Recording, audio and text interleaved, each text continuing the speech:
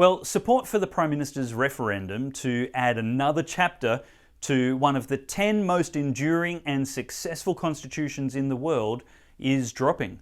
But we should never rest in our efforts to advocate for good public policy. The questions I think voters should be asking are, what actual problem is this change to the Constitution seeking to solve, and how confident can we be that it will work?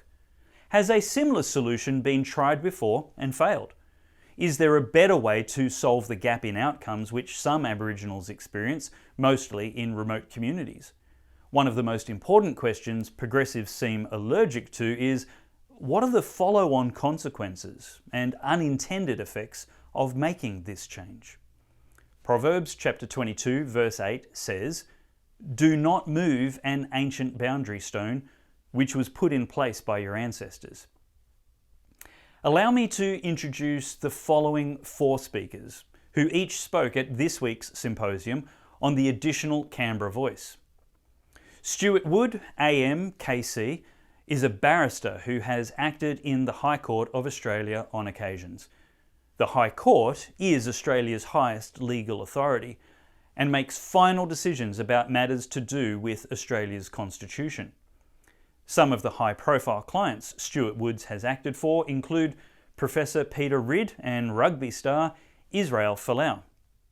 Most of you will know the next 3 speakers. Dr. Gary Johns was on a recent episode of the Church and State Show and was the past chairman of the Australian Charities and Not-for-Profits Commission. He was also a former Labor MP and the Special Minister for State under Prime Minister Paul Keating.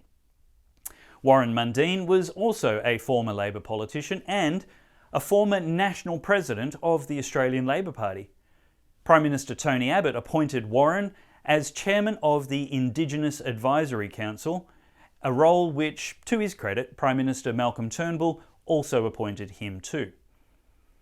Warren knows just about everything there is to know about what works and what doesn't in Aboriginal bureaucracies, such as the current Prime Minister is proposing Australia should enshrine in the Constitution.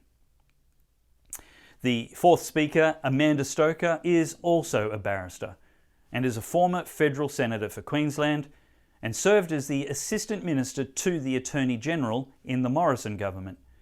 She has also served as a Commonwealth prosecutor, as well as a Judge's Associate to Philip McMurdo in the Supreme Court of Queensland and to Ian Callanan in the High Court of Australia. Speaking of whom, it was indeed an honour to meet and exchange phone numbers with the Honourable Ian Callanan, ACKC, at this event. He is a former Justice of the High Court of Australia and was appointed as a Queen's Counsel 45 years ago.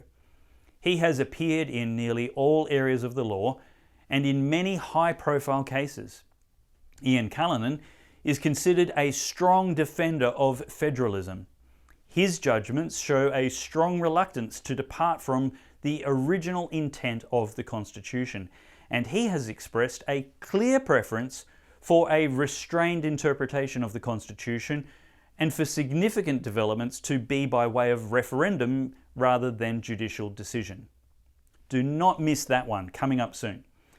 The following excerpts from these speakers' papers are all quite brief, so I hope you enjoy and increase your understanding of some of the considerations we must weigh before the coming constitutional referendum.